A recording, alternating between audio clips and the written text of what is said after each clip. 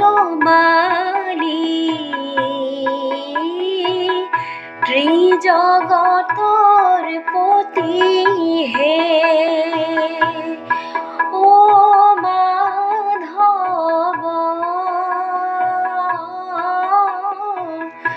উঠা বনমালী